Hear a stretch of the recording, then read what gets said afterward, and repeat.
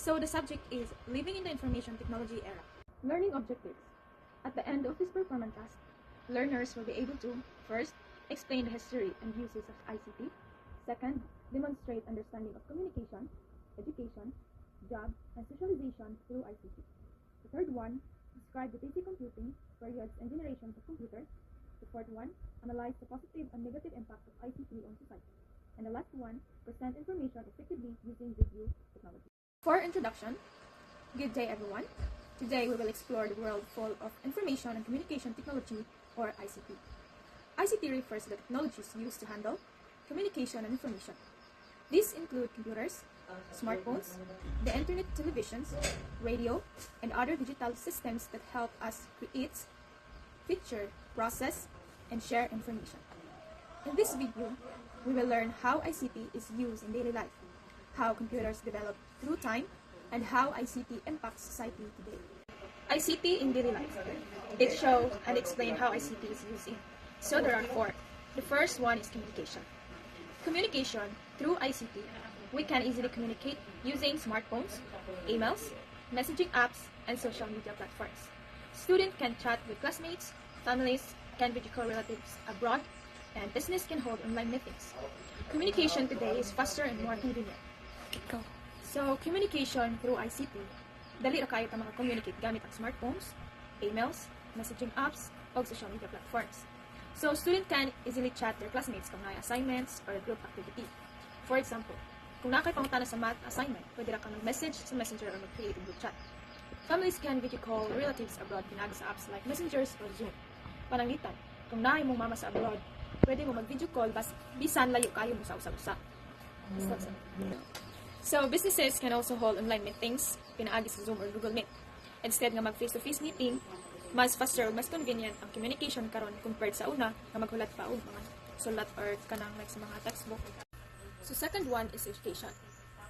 Education, ICT helps students learn through online classes, educational websites, e-books, and research tools. Platforms like Google Classrooms and Zoom make distance learning possible. Students can access information anytime and anywhere. So education helps students pinagi sa online classes, educational websites, e-books, and research tools. For example, students use Google Classroom to receive assignments and submit projects online. Kung naay online class, maggamit ka og Zoom para maka-attend bisan na sa balay. Pwede resat ka ng Google Meet. And kung mag-research ka para sa report, pwede ka mag-search sa Google instead nga mag-library pa ka. Students can access information anytime and anywhere. Basta naa lang internet connection, mas flexible o mas dali pa ang pag-learn. The third one is job opportunities or work. Many jobs today depend on ICT. Offices use computers for reports and data management. Some people work from home as online sellers, virtual assistants, programmers, and content creators. ICT creates new career opportunities in the digital world.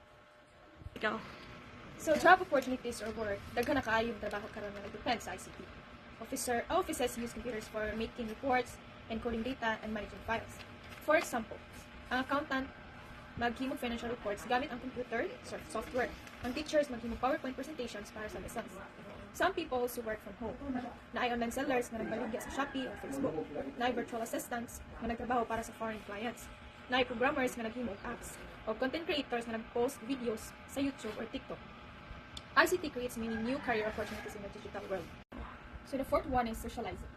People use social media to connect, share experiences, and build communities. ICT helps maintain friendships and relationships even when people are far apart. Overall, ICT makes life easier, faster, and more connected. People use social media to connect with friends and family through Facebook, Instagram, or TikTok.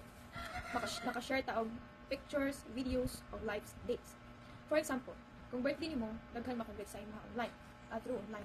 Kung nakay achievement, pwede nimo i-post o maka-receive ka o congratulations from friends. Bisan lang yung for sa ICT helps maintain friendships and relationships pinagi sa chat, video call, and comments. So for overall, ICT makes life easier, faster, and more connected. Mas dali ang communication, mas accessible ang education, mas daghang job opportunities, ug mas strong social connections towards technologies. Run through to history of computers. Computers developed through different periods and generations. So, basic computing periods or ages. Pre-mechanical age before 1450, which is people use tools like the abacus for counting. And mechanical age 1450 to 1840. Mechanical calculators were invented to help with calculations. And electromechanical age 1840 to 1940. Machines use electricity and mechanical parts like punch card systems. And the last one is electronic age 1940%. Electronic computers were developed and improved rapidly.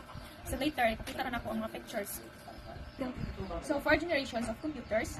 First generations was on 1940 to 1956 vacuum tubes. Computers were large, expensive, and consumed a lot of electricity. Second generations was on 1956 to 1963 transistors, smaller, faster, and more reliable than first generation computers. The third generations was in 1964 and 1971, which is integrated circuits, more powerful and smaller computers. The fourth generations was on 1971%, which is microprocessors. Personal computers and laptops were developed. And the fifth generations presents and beyond was artificial intelligence, which is AI. Computers today use AI, robotics, and advanced processing systems. From huge machines filling entire rooms, computers have evolved into smartphones that fit in our hands. So this is the pictures of basic computing, periods or ages, and also the generations of computers. For impact of ICT on society. ICT has both positive and negative impacts. For positive impacts, it faster communication, easier access to information, online learning opportunities, digital job creation, improve healthcare and business systems. For example, a student creates a group chat for their research project para dali makahatag og update sa tanang members. So instead nga maghulat pa or magkita-kita, pwede na sila mag-message anytime kung na sila new ideas, tasks, or reminders. Mas dali ang coordination kay makasend tayo ng files, pictures, or links sa research. Kung na questions, matubag tayo sa group. Because of ICT, teamwork becomes faster, easier, and more organized. For negative impacts, cyberbullying, fake news and misinformation, privacy issues, internet addiction, reduced face-to-face and interactions. For example, some students spend too much on social media, affecting their studies and mental health. Therefore, ICT must be used responsibly. Some students spend too much time on social media instead of focusing on their studies. Pag mata pa lang, scroll tayo sa TikTok or Facebook, unyahang kagabi is magsige gihapon. And because of this, dili na mahuman ang mga assignments, dili kayo ka-review para sa exams, usahay mo ubos ang grades. Aside from studies, mental health can also be affected. Masigitan of post sa uban, maka-feel dahil ng mga insecurity or pressure. Nayuban na stress tungod sa negative comments or sa cyberbullying. Kulang po sa tulog, kaya magpuyat tungod sa cellphone, which can cause kapoy o poor coordination, concentration. Therefore, ICT must be used responsibly. Dili man dautan ang technology, pero kinahanglan na i-control ang balance. Gamiton ang social media in the right time. Focus on studies first and take care of your mental health. Balance is the key. In conclusion, ICT plays a major role in our modern world. It has transformed communication, education, work, and daily living. From early counting tools to artificial intelligence, technology continues to evolve. As users of technology, we must practice responsible and ethical use of ICT to ensure it benefits not only ourselves but also society. So that's all for today. Thank you for listening. Thank you for watching.